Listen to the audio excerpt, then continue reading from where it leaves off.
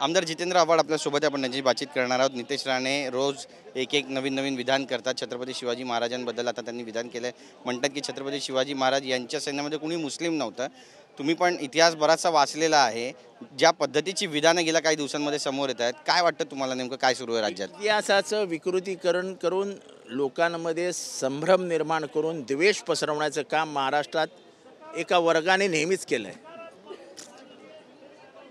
खोटा इतिहास द्यायचा तर कादंबऱ्यांच्या माध्यमातून द्यायचा आणि त्याला आम्ही कायम विरोध केला आहे आणि म्हणून आम्ही बाबासाहेब पुरंदरेंना पण विरोध केला होता। इतिहासाचं विकृतीकरण करून लोकांची माती भडकवण्याचं काम कोणीच करू शकत नाही। सध्या जे काही चालू आहे की मुसलमान नव्हतेच, अनेक पुरावे अनेक इतिहासकारांनी दिलेले आहेत, समकालीन इतिहासकारांनी दिलेत, म्हणजे ज्या बखरी समकालीन आहेत त्या समकालीन इतिहासामध्ये नोंद आहेत की कोण कोण कसं कसं करत आहे, म्हणजे कोणी कोणी काय काय केलं आहे ते वाचल्यानंतर आपल्याला कळतं की मुसलमानांचं योगदान होतं। आता ते योगदान नाकारणं याला तुम्ही काही उत्तर देऊ शकत नाही। नक्कीच, पण ज्या पद्धतीनं तुम्ही सुद्धा मागणी करताय छत्रपती संभाजी महाराजांच्याबद्दलचा जो चुकीचा इतिहास लिहिला आहे तो काढून टाकण्यात यावा। असेल तर काढा ना। माझं सरकार म्हणणं आहे, हिम्मत असेल तर काढा ना। राजसन्यासमध्ये जे काही संभाजी महाराजांबद्दल लिहिलं आहे ते मी बोलू शकत नाही। संभाजी महाराजांना काय म्हणजे काय काय नाही लिहिलं आहे। बदफैली होते, बाईलवेडे होते, दारुडे होते, अमुक होते, तमुक होते, जेवढा बदनाम करायचं म्हणून केलं आहे। हिम्मत असेल तर काढा। आम्ही तर पहिल्यापासून मागणी करतोय काढा म्हणून। तुम्हाला नवीन प्रेम आलंय संभाजी महाराजांबद्दल, त्यामुळे मंत्री पण ओरडत आहेत संभाजी महाराज की जय। अरे बाबा काढ ना, काढ ना, साहित्यात लिहिलेल्या शिव्या काढ ना माझ्या महाराजाबद्दलच्या। अरे त्याच्या इतका शूरवीर तर कोणीच नव्हता ना। त्याला फसवण्याचं काम आपल्याच लोकांनी केलं ना। त्याला मारण्याचं काम, त्याची सुपारी देण्याचं काम आपल्याच लोकांनी केलं। नशीब त्यांना समजलं आणि 5 जणांना त्यांनी हत्तीच्या पायाशी दिलं। ते कोण होते 5 जण?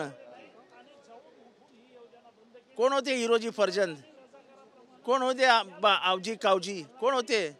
कोण होते बालाजी चिटणीस? कोण होते आनाजी दत्तो? तेव्हा हा इतिहास तुम्हाला असे इतिहास लपवता येणार नाही। नक्कीच, पण मागणी का मान्य होत नाही? कारण यांच्यात काय हिंमत आहे? यांच्यात काय हिंमत आहे? यांनी या साहित्याला हात लावून दाखवावा।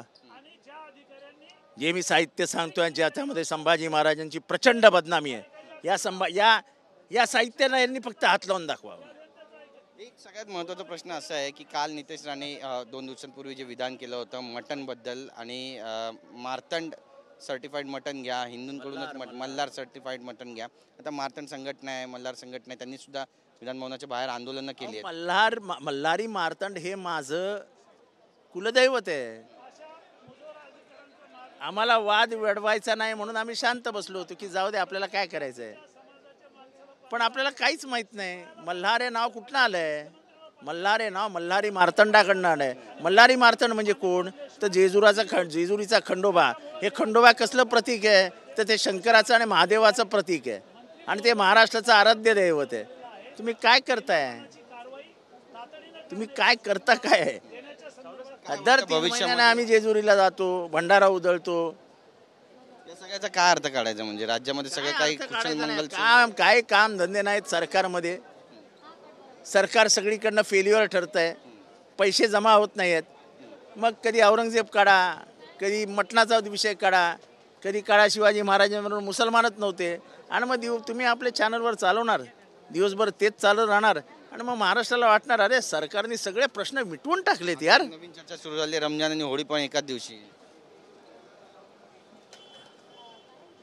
निर्माण होतो। आता ह्याच्यावरती काय बोलायचं? ह्याच्यावर बोलण्यासारखं काय आहे का? काही बोलण्यासारखंच नाही। नक्कीच, धन्यवाद आमच्याशी बातचीत केल्याबद्दल। कॅमेरा पर्सन योगेश गुरवसह गिरीश गायकवाड, TV9 मराठी, मुंबई।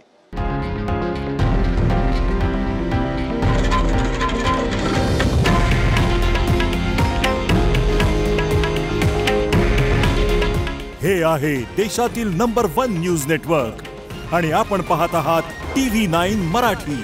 काळजी तुमची, हित महाराष्ट्राचं.